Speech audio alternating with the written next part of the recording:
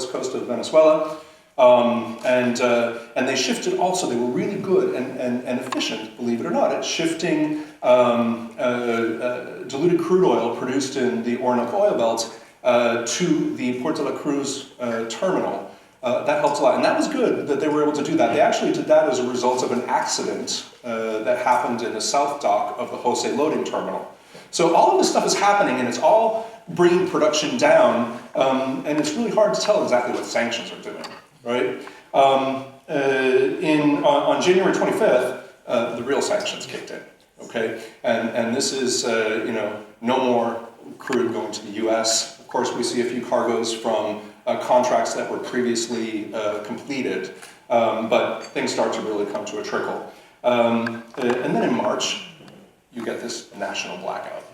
Okay, and the national blackout took production from 1.43 million barrels a day down to 360,000 barrels a day overnight. Okay, and it's taken some time. It took some time to recover. It took about half a month, or well, not a half a month, maybe 10, 15 days, and they recovered, but they didn't recover to the pre-blackout level. Then another blackout hit on the 25th of March. So, we have production at about 1 million barrels a day, just under that for an average for March.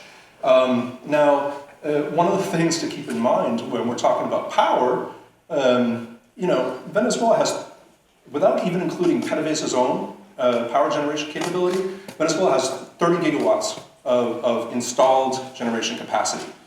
How much are they producing today?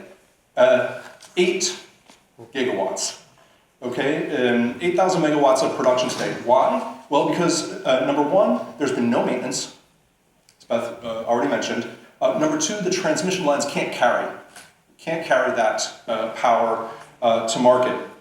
So we're looking at production. We have 3 scenarios for production. Our first scenario is with current sanctions and does not include more power outages.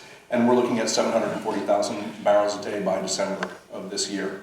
Our second scenario includes secondary sanctions. So your shipping companies, your insurance companies, your non-US persons are going to be potentially sanctioned. And with that, we're looking at about 530,000 barrels a day. It's going to be really hard for the government to finance anything at that time, and then we look at Raul's scenarios in that light. When we look at recovery, well, we've been planning and we've been doing a strategy for recovery of the oil industry for the last 2 years. Our base case scenario starts at 1 million barrels a day at the end of this year, okay? And already we're not there. So where we had anticipated $40 billion necessary within the first 5 years to reach 2.19 million barrels a day, and about $100 billion in investment required to get back up to that 3 million barrel mark within 10 years, we've already pretty much cut off 200,000 barrels of our 10-year plan just to the fact that we're starting at a much lower floor.